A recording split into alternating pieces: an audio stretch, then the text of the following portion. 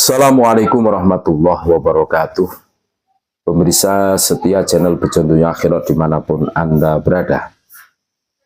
Alhamdulillah, pada kesempatan yang berbahagia ini bisa menyapa kembali saudara-saudaraku semua sebangsa setanah air. Hari ini kita semua dipertontonkan bagaimana perang yang melanda Israel. Israel hari ini dihujani, dibombardir oleh Iran. Nah, dari fakta dan realita yang terjadi hari ini kita bisa menarik kesimpulan. Israel adalah orang-orang Yahudi. Kedua Yahudi Askenazi, klan Ba'alwi dan Zionis Israel hancur karena kesombongan. Dan kita semua tahu bagaimana adigunonya orang-orang seperti Khabib Dobolowi, orang-orang seperti Zionis Israel. Wah, negara Zionis Israel kena batunya karena meremehkan kekuatan Iran. Iran terus menyerang balik Israel. Bahkan setelah pasukan Zionis menggempur fasilitas nuklir, senjata, hingga menewaskan pejabat top militer negara Timur Tengah ini. Beberapa pejabat militer Iran yang tewas diantaranya Kepala Staf Angkatan Bersenjata Militer Iran, Mayor Jenderal Muhammad Bagheri, Komandan Pasukan Garda Revolusi Iran, IRGC, Mayor Jenderal Hussein Salami, intelijen di IRGC, dan sejumlah ilmuwan nuklir.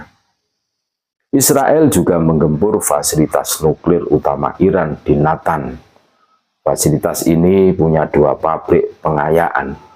Pabrik pengayaan bahan bakar FIB bawah tanah yang luas dan pabrik pengayaan bahan bakar pilot PFIB di atas tanah. FIB dibangun untuk pengayaan dalam skala komersial yang mampu menampung 50.000 sentrifuge, sekitar 14.000 sentrifuge saat ini terpasang di sana.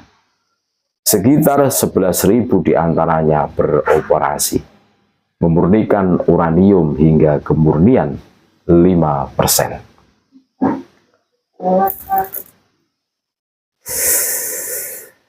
Pemerintahan Benyamin Netanyahu PD, pasukan mereka sudah mengganggu komando dan kendali Iran.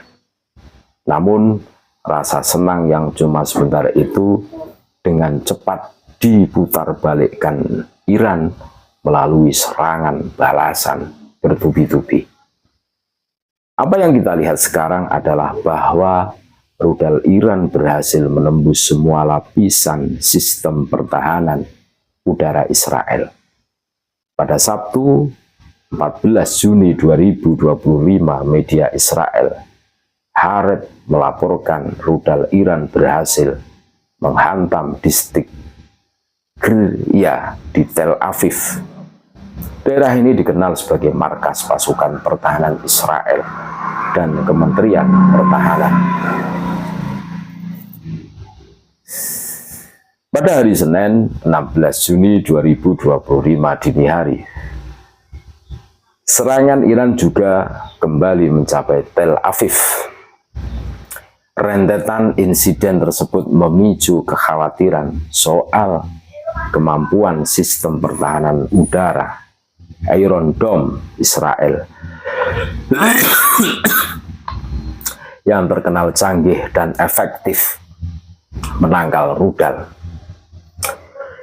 Zionis Israel meremehkan kemampuan Iran menyusun kembali kekuatan setelah Israel berhasil menargetkan pimpinan tertinggi militer Iran dan berhasil membunuh beberapa dari mereka.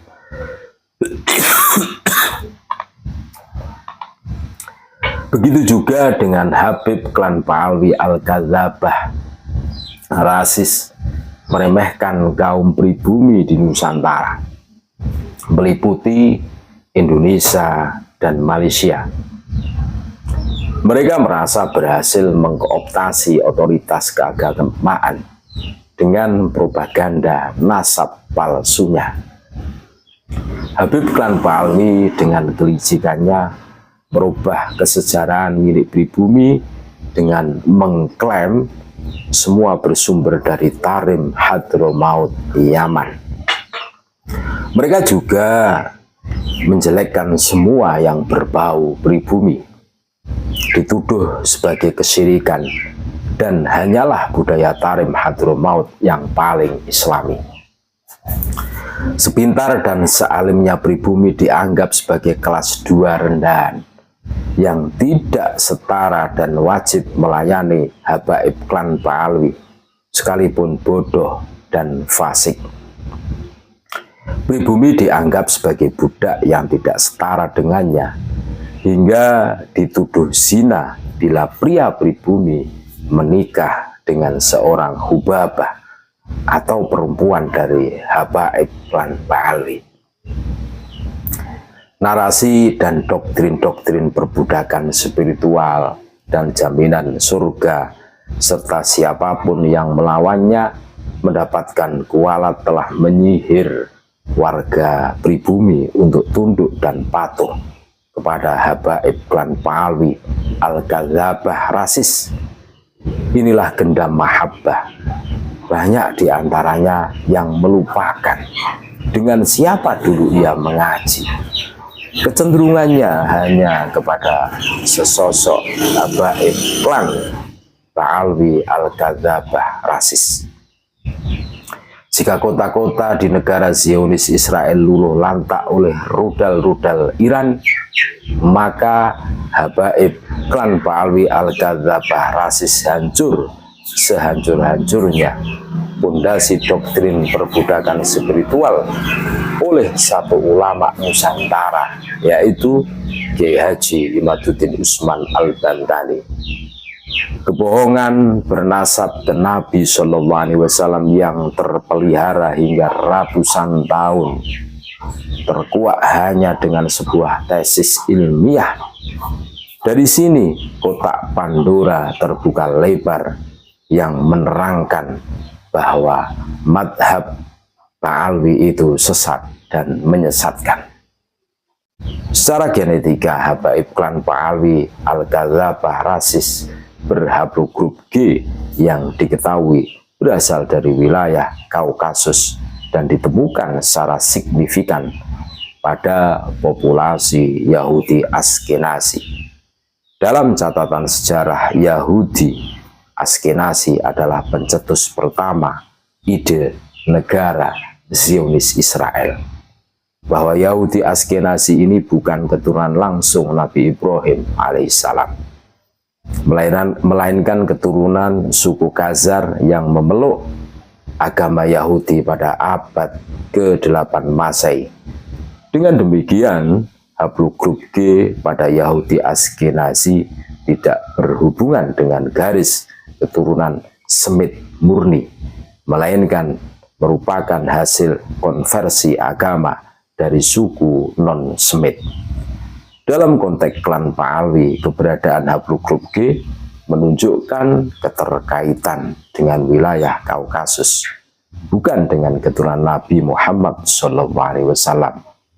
Dengan demikian, jika Klan Pahlawi menyatakan bahwa haplogrup G bukan haplogrup Yahudi, itu benar dalam konteks Yahudi Semit. Namun haplogrup ini jelas ditemukan pada Yahudi Askenazi yang merupakan hasil konversi dari suku Khazar. Terima kasih. Tetap NKRI harga mati Nusantara milik kita. Assalamualaikum warahmatullahi wabarakatuh.